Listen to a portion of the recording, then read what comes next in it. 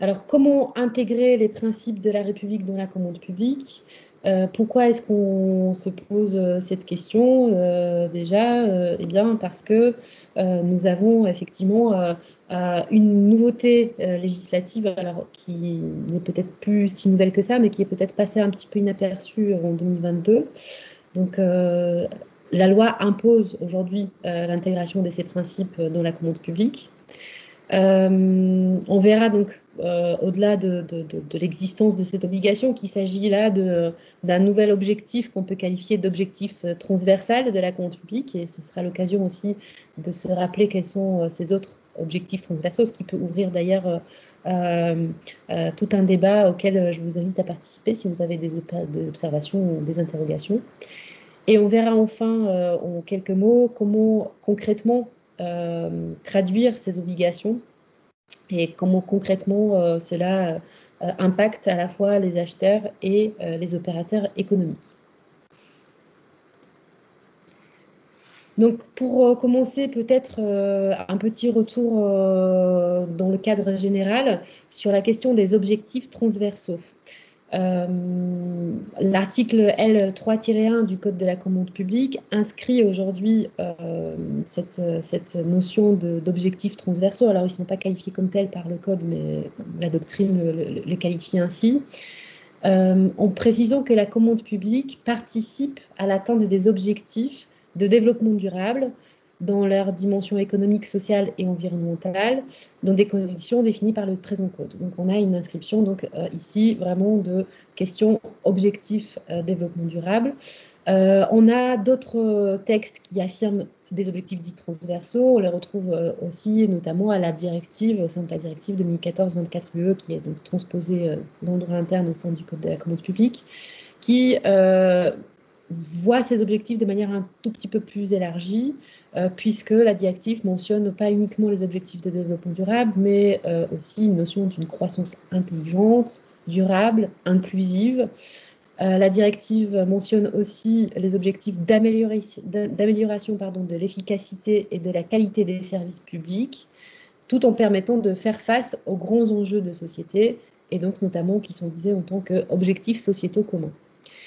D'autres textes visent d'autres objectifs transversaux, et notamment dans le cadre de l'OCDE, notamment la lutte contre la corruption qui a été affirmée comme l'un des objectifs de la commande publique. Donc on voit progressivement, depuis un certain nombre d'années déjà, effectivement le développement au sein de la commande publique de deux mouvements qui sont les mouvements de moralisation, donc lutte contre la corruption en premier lieu, de verdissement de la commande publique, et puis même on pourrait en mentionner d'autres avec les clauses d'insertion sociale, etc.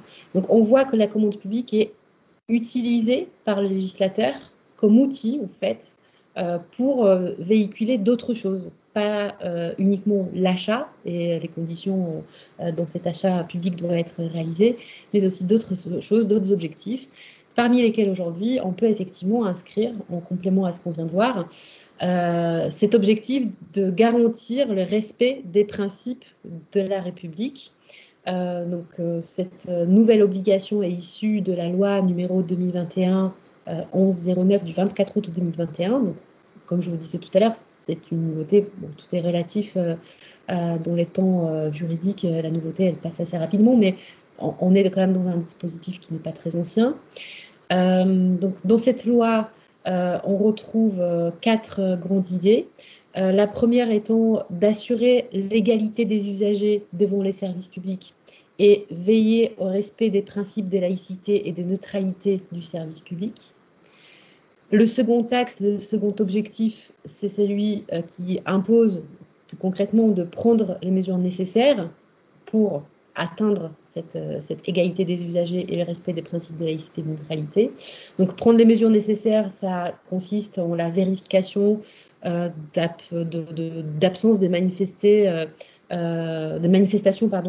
des opinions politiques ou religieuses, le traitement de façon égale de toutes les personnes et respect de leur liberté de conscience et de leur dignité par les personnes participant à l'exercice du service public. On retrouve dans la loi aussi l'obligation de s'assurer que toute personne à laquelle est confiée l'exécution du service public s'assure elle-même du respect de ses obligations. Et enfin, d'appliquer ces mêmes dispositions aux contrats de commande publique qui ont pour objet, en tout ou partie, l'exécution d'un service public. Donc, première observation peut-être qu'on peut avoir à la lecture de ce cadre légal, donc de l'article 1er, concerne le champ d'application. Donc, le champ d'application est, alors en premier lieu, limité à la situation dans laquelle est en cause, est en jeu un service public. C'est-à-dire qu'on aura effectivement tous les contrats de la commande publique qui seront concernés. Alors, pas les autres contrats administratifs, hein, par exemple les conventions de subventionnement ne sont pas inclus dans le champ de cette loi, mais tous les contrats de la commande publique. La loi ne distingue pas, d'ailleurs selon la nature publique ou privée de l'acheteur, hein, la commande publique, elle peut être aussi, enfin, le droit de la commande publique doit être appliqué aussi par les acheteurs, certains acheteurs de nature privée. Donc il n'y a pas de distinction sur ce point, mais bien évidemment, par contre, la restriction de ce champ, elle passe par la notion de service public. Si on a un contrat de commande publique qui ne concerne pas l'exécution d'un service public, il ne sera pas soumis à cette obligation. Autre observation sur le champ d'application, et celle-ci est peut-être importante du point de vue des praticiens. Donc le champ d'application de cette loi concerne certes les contrats à passer, les contrats pour lesquels la publicité et la mise en concurrence sont engagées, donc le contrat à venir, mais cette obligation concerne également les contrats en cours d'exécution. La loi prévoyait en fait un délai pour la mise en conformité des contrats aujourd'hui en cours d'exécution. Ce délai a expiré puisqu'il s'agissait d'un délai de 18 mois à compter de l'entrée en vigueur de la loi. Ça veut dire qu'aujourd'hui, en principe, donc tous vos contrats en cours d'exécution qui sont des contrats de commande publique et qui concernent l'exécution d'un service public, alors pas uniquement les DSP, hein, parce qu'on pense naturellement rapidement en délégation de service public, mais les marchés publics également, eh bien, devraient aujourd'hui contenir des clauses qui permettent de considérer que nous sommes en conformité avec cette loi. Donc ça, c'est la deuxième observation sur le champ d'application, stress de temps. Et troisième observation sur ce champ d'application, vous avez certainement remarqué, quand je vous ai cité la loi, qu'on parle des principes de la République, mais en réalité sont concernés seuls deux principes, les principes d'égalité des usagers et les principes de laïcité. Quand on lit l'étude d'impact de la loi, pour ceux qui aiment fouiller les dossiers législatifs, l'étude d'impact évoquait uniquement la laïcité et la neutralité. Donc le dispositif a été ensuite étendu à l'égalité également. Quelles sont les obligations concrètement qui sont celles des titulaires des contrats? Eh bien, peut-être à titre liminaire, avant de voir les 3 points que vous voyez affichés sur la diapo, il faut noter que les obligations des titulaires dépendent de ce qu'on a dans le contrat. Donc, ça veut dire que l'obligation des titulaires des contrats de commande publique, elle ne naîtra que si les acheteurs eux-mêmes auront rempli leur obligation et donc inclus un certain nombre de clauses contractuelles. Mais en tout cas, de manière générale, la loi prévoit donc une obligation d'assurer l'égalité des usagers devant les services publics et de veiller au respect des principes de laïcité et de neutralité du service public. Ça veut dire que cette obligation ne pèse désormais plus uniquement sur la personne publique, l'acheteur, mais aussi sur le titulaire.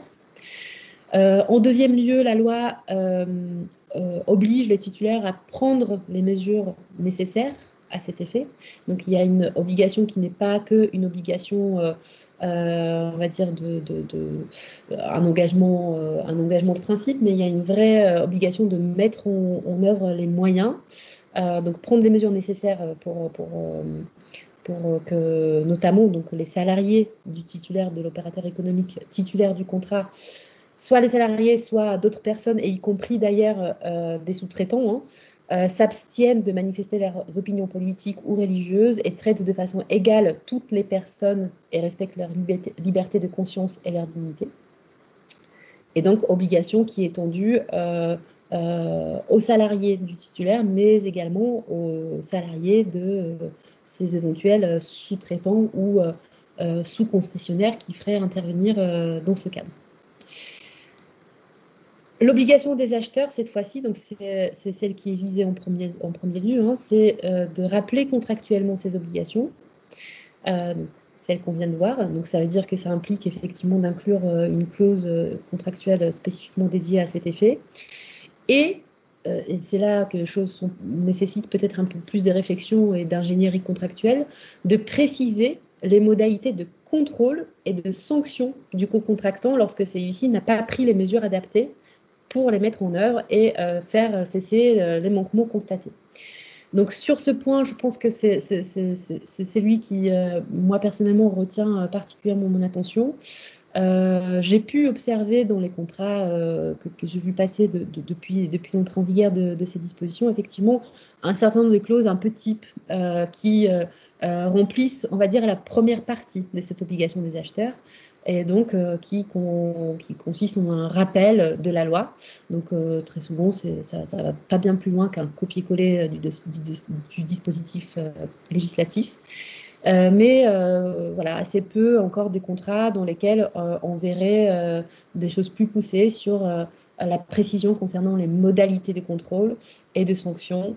Donc, quelle pénalité applicable, quelle proportionnalité aussi de cette sanction qui pourrait être prévue.